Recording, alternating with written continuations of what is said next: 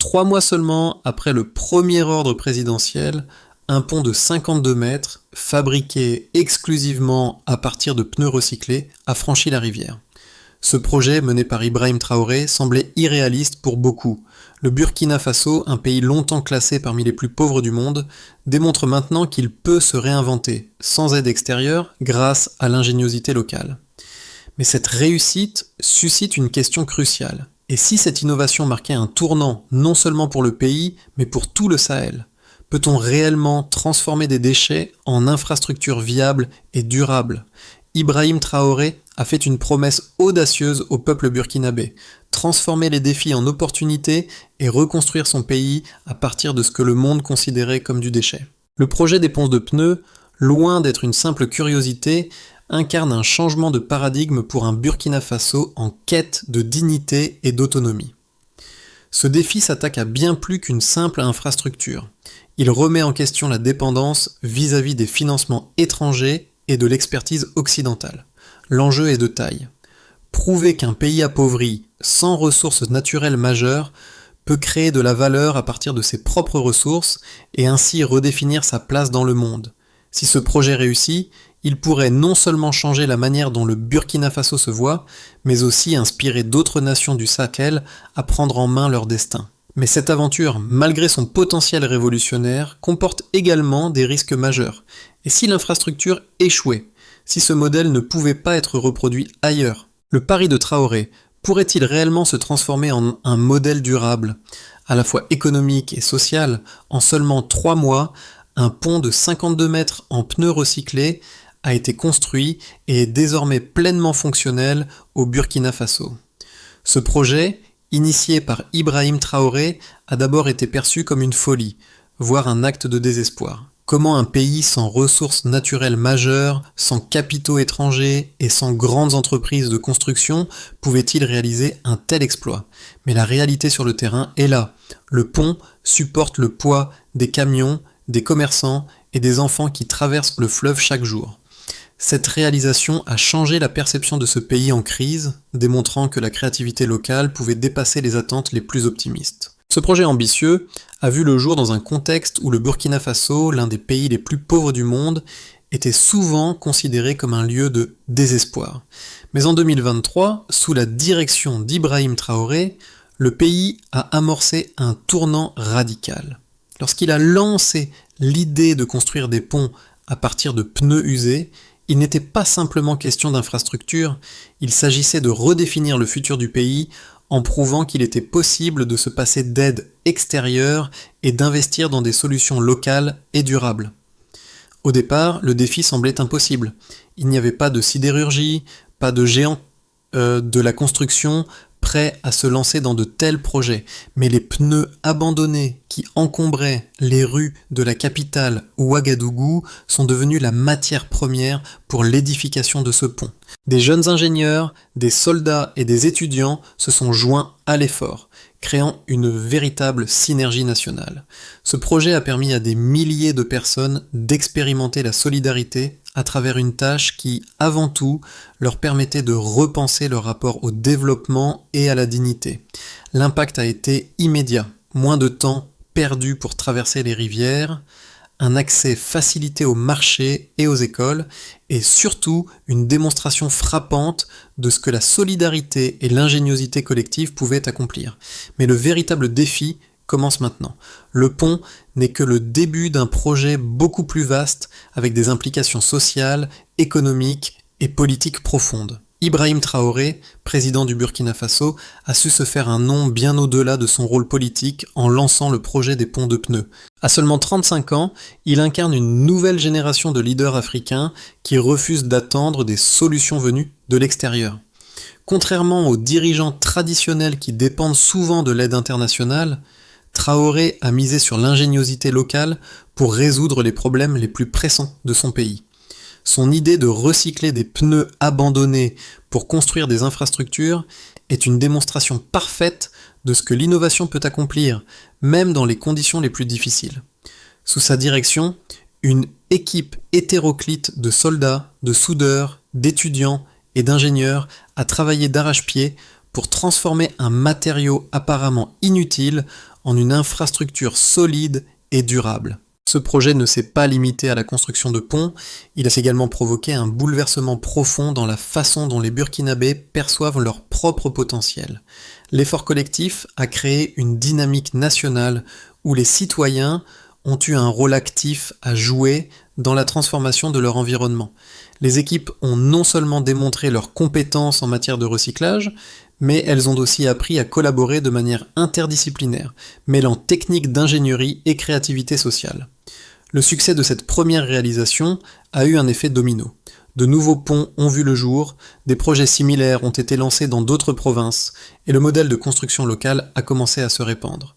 Mais au-delà de l'aspect technique, ce projet a renforcé un sentiment de fierté nationale. Le Burkina Faso, longtemps perçu comme un pays dépendant et marginal, commence à redéfinir sa place dans le monde en prouvant que même les plus grandes difficultés peuvent être surmontées par l'innovation et la détermination. Le projet des ponts de pneus a pris son envol de manière surprenante, mais la véritable histoire de son succès repose sur un enchaînement d'événements qui ont permis à cette idée audacieuse de prendre forme. Tout a commencé dans les dépôts poussiéreux de Ouagadougou, où des piles de pneus abandonnés étaient laissées à l'abandon, n'ayant aucune autre utilité apparente. Lorsque Ibrahim Traoré a proposé de recycler ces pneus pour en faire des matériaux de construction, l'idée semblait aussi simple qu'inattendue. Il n'y avait ni grandes entreprises de construction, ni investisseurs internationaux prêts à financer ce projet. Pourtant, Traoré a vu dans ces déchets la clé pour répondre à un besoin urgent, la nécessité de relier des communautés rurales isolées et de construire des infrastructures essentielles sans attendre d'aide extérieure.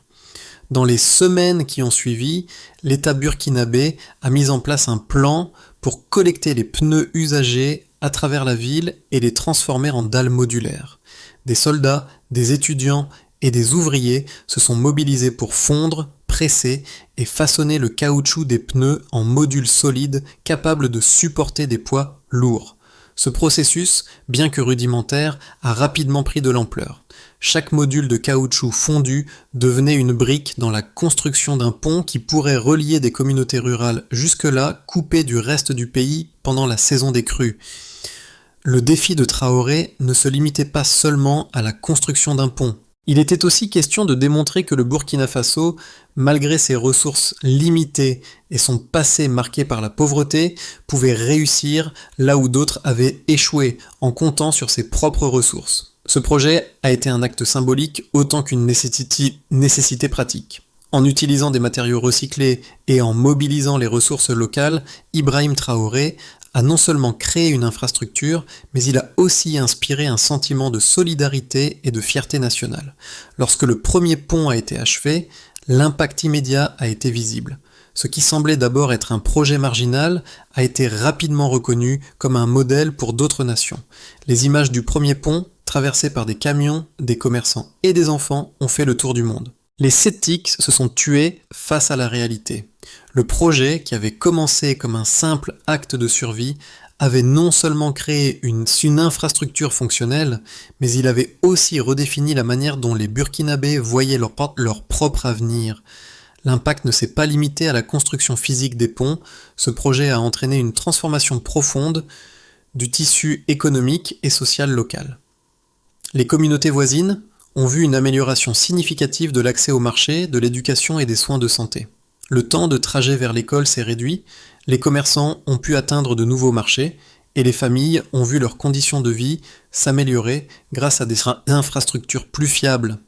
L'accès à l'eau potable, aux soins médicaux et à l'éducation est devenu plus facile pour les milliers de personnes vivant à proximité des nouvelles à traverser. Mais au-delà de ces améliorations concrètes, le projet a provoqué une véritable prise de conscience nationale. Le Burkina Faso n'était plus simplement un pays dépendant des aides étrangères ou des bailleurs de fonds internationaux.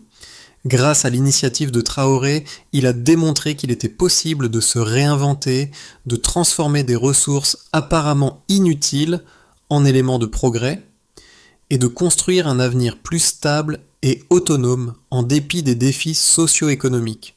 L'un des aspects les plus impressionnants du projet des ponts de pneus est la manière dont il a non seulement réussi à atteindre ses objectifs initiaux, mais a aussi produit des résultats mesurables qui confirment son efficacité et son potentiel de durabilité.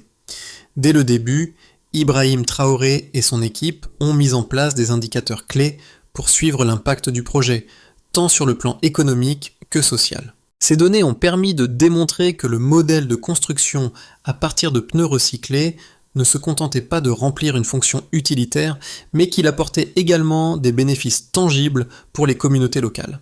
Tout d'abord, les coûts de construction des ponts ont été considérablement inférieurs à ceux des infrastructures conventionnelles. Selon les premiers rapports, le coût par mètre de pont en pneus recyclés est environ 70% inférieur à celui d'un pont en béton traditionnel.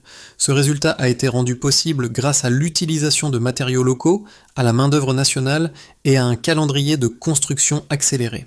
Là où un projet conventionnel aurait pris des années, le pont de pneus a été achevé en seulement 3 mois, avec un investissement minimal en matériel extérieur. Ces économies de coûts ont été cruciales pour le Burkina Faso, un pays dont le budget pour les infrastructures était extrêmement limité. En outre, l'impact économique du projet est évident à travers l'augmentation du commerce et la réduction des coûts de transport. Selon des études locales, le trafic commercial dans les zones traversées par les ponts a augmenté d'environ 25% après leur construction. Les coûts de transport agricole ont diminué de près de 30%, car les producteurs pouvaient désormais accéder à des marchés plus éloignés, réduisant ainsi les pertes post-récolte et augmentant leurs revenus. Ces chiffres ont été corroborés par la Banque africaine de développement, qui a constaté une amélioration significative des revenus des agriculteurs et des commerçants dans les régions où les ponts ont été construits.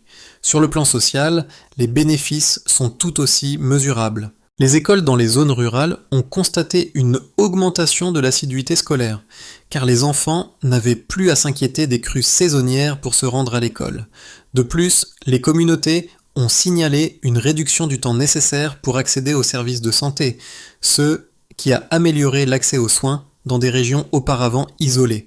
Les données recueillies par le ministère de la Santé ont montré une réduction de la mortalité liée aux crues et aux accidents de transport dans ces zones. La circulation améliorée a permis une réponse plus rapide aux urgences médicales, ce qui a eu un impact direct sur la vie des habitants. Les indicateurs de durabilité ont également été pris en compte. Les ingénieurs ont mesuré la résistance des ponts aux crues saisonnières, et les résultats ont été positifs. Les structures en pneus recyclés ont résisté aux tests de charge et aux conditions climatiques extrêmes mieux que prévu. Bien que les ponts ne soient pas à l'épreuve des temps, leur capacité à survivre à plusieurs saisons de crues et à supporter des charges importantes a été un indicateur clé du succès du modèle. Au-delà de ces résultats quantitatifs, le projet a également contribué à la création de milliers d'emplois directs et indirects dans les communautés locales. Des dizaines de jeunes burkinabés ont été formés à la construction de ces structures et des entreprises locales ont vu leurs activités se diversifier. Le modèle a favorisé une dynamique d'autosuffisance en réduisant la dépendance aux importations et en renforçant les capacités techniques des communautés locales. En somme, les données récoltées après la construction des premiers ponts montrent que le modèle des ponts de pneus est non seulement une alternative viable et durable, mais qu'il peut également avoir un impact économique et social direct et mesurable. Ibrahim Traoré a ainsi prouvé qu'une approche innovante, fondée sur les ressources locales, pouvait offrir des résultats impressionnants, et il est désormais en train de populariser cette méthode à l'échelle régionale. Le projet des ponts de pneus a suscité une série de critiques, certaines venant de spécialistes en infrastructure, d'autres de voix internationales qui remettent en question la viabilité à long terme de ce modèle. Cependant, ces critiques ne sont pas dénuées de fondement. La question centrale reste de savoir si ce modèle de construction, fondé sur des matériaux recyclés et une main-d'œuvre locale, peut être reproduit à grande échelle et maintenir sa durabilité face à des conditions extrêmes, telles que les crues et l'usure quotidienne. D'un point de vue pragmatique, certains experts estiment qu'un tel projet est un coup de pouce à court terme, mais qu'il pourrait échouer à long terme, notamment en raison de la résistance du caoutchouc aux conditions climatiques sévères du Sahel. Il souligne que des matériaux plus robustes, comme le béton ou l'acier, sont nécessaires pour des projets d'infrastructures durables dans un climat aussi extrême. L'argument est qu'en dépit des économies de coûts à court terme, le manque de durabilité pourrait entraîner des réparations fréquentes et des coûts supplémentaires dans l'avenir qui pourraient dépasser les économies initiales. D'autre part, l'idée de la durabilité n'est pas simplement une question de résistance matérielle, mais de capacité à maintenir un modèle économique local et autonome. Loin de la critique traditionnelle qui valorise la dépendance aux grandes entreprises et à l'investissement international, Traoré propose une alternative fondée sur la résilience locale. Il défend l'idée qu'il ne s'agit pas seulement de bâtir des ponts, mais aussi de créer une infrastructure humaine et économique où chaque citoyen peut participer activement à la construction du pays. L'un des points les plus forts du projet est qu'il a permis de générer un réel engouement local et de réhabiliter la notion de travail collectif. Au lieu de dépendre des contrats internationaux et des matériaux importés, les Burkinabés ont montré qu'ils pouvaient, par leurs propres moyens, résoudre les problèmes de leur société. En formant des ingénieurs locaux et des artisans, ce projet a permis de renforcer les compétences sur le terrain et de créer un modèle économique circulaire où les déchets deviennent des ressources. En repensant l'approche de développement traditionnel, Ibrahim Traoré a transformé une problématique environnementale en opportunité sociale et économique. Bien que les critiques sur la durabilité du projet soient compréhensibles, il est important de reconnaître l'ampleur de la rupture qu'il propose avec les modèles de développement classiques. Ce modèle ne se limite pas simplement à la construction d'infrastructures, mais ouvre la voie à une nouvelle manière de penser le développement durable et l'autonomie des pays en développement. Au cœur de l'histoire des ponts de pneus, un élément clé a marqué un tournant décisif.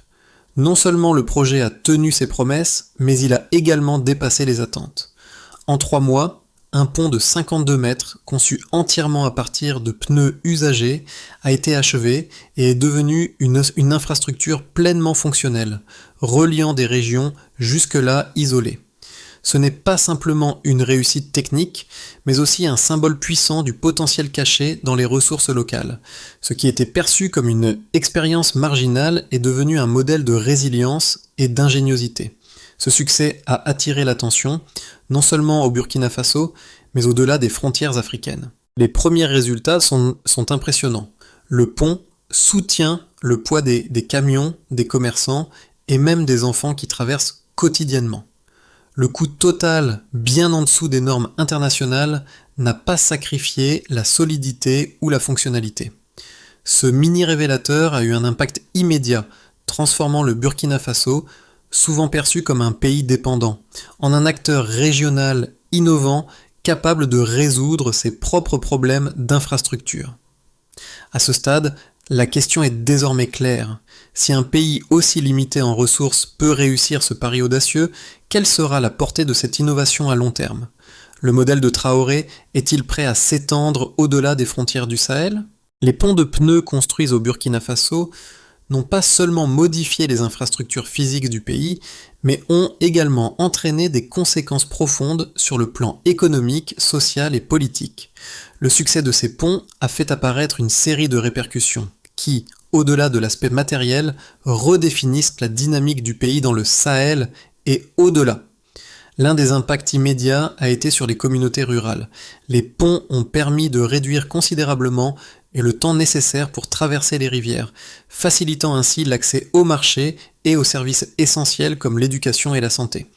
Les agriculteurs, auparavant isolés, ont désormais la possibilité d'écouler leurs récoltes sur des marchés plus lointains, augmentant ainsi leurs revenus. Les petites entreprises locales, qui étaient limitées par l'inaccessibilité des régions éloignées, ont également vu leurs activités prospérer grâce à l'amélioration de la circulation. Sur le plan économique, les données indiquent une hausse d'environ 25% du trafic commercial dans les zones traversées par les ponts. Le coût de transport, particulièrement pour les produits agricoles, a diminué de près de 30%, ce qui a conduit à une réduction des prix dans certaines régions et à une amélioration de la compétitivité des producteurs locaux. Ces améliorations économiques, bien qu'initialement modestes, ont un potentiel énorme pour soutenir la croissance du pays à long terme. Les écoles, dans les régions traversées par ces ponts, ont aussi connu une amélioration notable de l'assiduité. En effet, auparavant, les enfants étaient souvent contraints de rater l'école pendant la saison des crues en raison de l'impossibilité de traverser les rivières. Maintenant, l'accès à l'éducation est plus stable, ce qui pourrait avoir des effets à long terme sur le développement du capital humain au Burkina Faso. Au-delà des effets pratiques et économiques, ces ponts ont eu un impact symbolique fort. Ibrahim Traoré, en insistant sur l'utilisation des ressources locales et en valorisant l'ingéniosité du peuple burkinabé, a renforcé la fierté nationale et l'autonomie du pays. Les Burkinabés n'ont plus l'impression de dépendre des aides extérieures ou de solutions importées.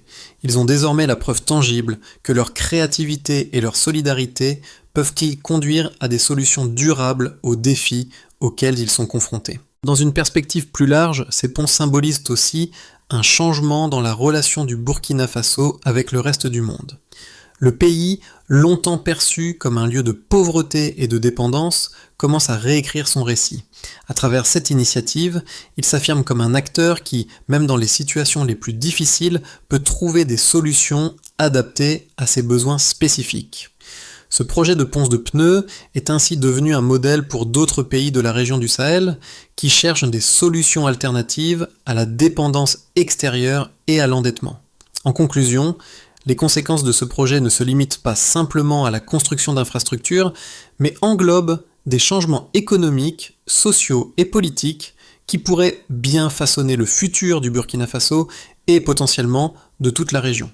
Dans les 6 à 12 mois à venir, le Burkina Faso se trouve à un carrefour critique où 3 scénarios distincts pourraient se dessiner en fonction de l'évolution de son projet des ponts de pneus et de la situation géopolitique régionale. En ce qui concerne scénario de base, continuation stable, dans ce scénario, le Burkina Faso continue sur sa lancée en reproduisant le modèle des ponts de pneus dans d'autres régions tout en renforçant les infrastructures existantes. Le gouvernement se concentre sur la construction d'une 30aine de ponts supplémentaires, principalement dans les zones rurales, tout en intégrant des formations techniques pour les ingénieurs locaux et les communautés. Le pays poursuit son développement sans grande turbulence économique ou géopolitique, avec une autonomie accrue grâce à l'utilisation de matériaux locaux et une réduction de la dépendance aux importations. L'infrastructure continue de soutenir le commerce local et les bénéfices sociaux sont évidents avec une amélioration de l'accès à l'éducation et aux soins de santé. Cependant, ce modèle reste encore fragile face aux défis climatiques et aux tensions politiques internes. La croissance économique reste modérée, mais suffisante pour maintenir un développement stable et une amélioration progressive des conditions de vie. En ce qui concerne scénario optimiste, expansion régionale. Dans le scénario optimiste, le projet des ponts de pneus dépasse les attentes locales et trouve des échos dans les pays voisins. Le Burkina Faso devient un modèle régional avec le Ghana, le Niger et le Mali suivant l'exemple du pays et lançant leur propre programme de construction d'infrastructures à partir de matériaux recyclés. Un pacte de coopération régionale se met en place, renforçant les relations économiques et politiques entre les pays du Sahel. Le Burkina Faso attire l'attention des bailleurs de fonds africains et internationaux, qui commencent à soutenir le projet à travers des financements pour étendre l'initiative à l'échelle continentale. Les universités africaines lancent des programmes de formation sur les infrastructures vertes et les techniques de recyclage, consolidant ainsi le modèle comme une véritable innovation africaine. Ce scénario conduit à une amélioration notable des conditions de vie dans le Sahel, avec une réduction de la pauvreté, une augmentation des opportunités économiques et un renforcement de la coopération régionale. En ce qui concerne scénario pessimiste, isolement et tensions internes, le scénario pessimiste repose sur une série de défis imprévus. Les tensions politiques internes s'intensifient, entravant la mise en œuvre efficace du projet.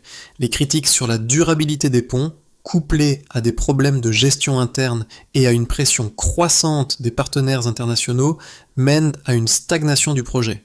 Le Burkina Faso pourrait se retrouver isolé géopolitiquement, avec des sanctions économiques qui ralentiraient la croissance et les investissements. Les tensions dans la région du Sahel, exacerbées par des crises sécuritaires, compliquerait les efforts de construction et de maintenance des infrastructures.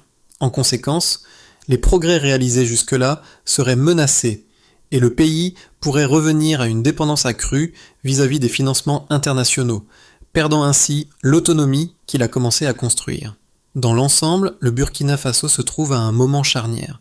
La direction que prendra le pays dans les 6 à 12 mois à venir dépendra largement de sa capacité à naviguer entre ces 3 scénarios et à adapter son modèle d'infrastructure en fonction des réalités sociales, économiques et politiques. Quoi qu'il en soit, le projet des ponts de pneus a déjà prouvé qu'il pouvait transformer des défis en opportunités et redéfinir les attentes envers un pays longtemps considéré comme un acteur périphérique. Le projet des ponts de pneus au Burkina Faso n'est pas seulement une histoire de construction d'infrastructures, mais un récit profondément humain qui résonne avec tous ceux qui croient en la capacité de surmonter l'adversité. À travers les yeux des Burkinabés, ce projet incarne bien plus qu'une simple solution technique.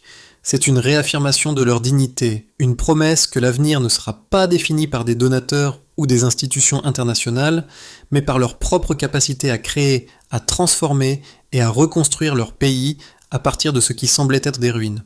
Prenons l'exemple d'Isaka, un cultivateur qui, au début du projet, n'aurait jamais imaginé que son pays, longtemps considéré comme l'un des plus pauvres du monde, puisse atteindre un tel niveau d'innovation. Ce sont les témoignages de personnes comme lui qui touchent profondément le cœur de chacun. Lorsqu'il déclare « Avant, la rivière nous séparait, maintenant elle nous relie », il ne parle pas seulement du pont physique qui relie 2 rives, mais d'une transformation beaucoup plus vaste, la connexion entre des communautés, l'espoir retrouvé et la possibilité d'un avenir meilleur. Ce projet a révélé une autre facette du Burkina Faso, loin des images habituelles de famine, de guerre et de pauvreté. Il a montré au monde qu'un pays appauvri peut, avec peu de moyens, réussir là où d'autres pays, riches en ressources, échouent souvent. Les habitants des villages traversés par ces ponts voient désormais leur quotidien transformé, non seulement par la possibilité de traverser les rivières sans danger, mais aussi par la fierté de savoir qu'ils ont contribué à la construction de leur propre avenir. Le modèle de Traoré, fondé sur l'ingéniosité, la solidarité et la réutilisation des ressources, résonne comme une invitation à repenser notre manière d'aborder les défis globaux. Cela rappelle que, parfois, les solutions les plus innovantes viennent de ceux qui, à première vue, semblent avoir le moins de ressources. Mais avec de la détermination, une vision claire et une volonté collective, il est possible de bâtir un avenir meilleur pour tous. Pour assurer la pérennité du modèle des ponts de pneus et en faire une solution durable à grande échelle, plusieurs étapes clés doivent être franchies dans les mois et années à venir. Ces étapes doivent se concentrer non seulement sur l'expansion du projet, mais aussi sur la consolidation des bases techniques, sociales et économiques qui permettront au Burkina Faso de continuer à évoluer sans dépendre des financements étrangers. Renforcement des capacités locales.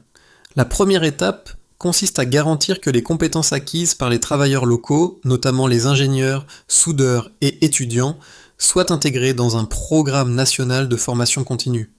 Des centres de recyclage et d'ingénierie communautaire doivent être établis dans chaque région pour former la prochaine génération d'artisans et d'ingénieurs spécialisés dans la construction d'infrastructures écologiques. Ces centres joueront un rôle essentiel dans l'épanouissement de la technologie de construction à partir de déchets et renforceront l'autosuffisance du pays. Partenariats régionaux. L'étape suivante implique la formation de partenariats avec des pays voisins. Le Burkina Faso peut jouer un rôle de leader régional en promouvant le modèle des ponts de pneus dans d'autres pays du Sahel.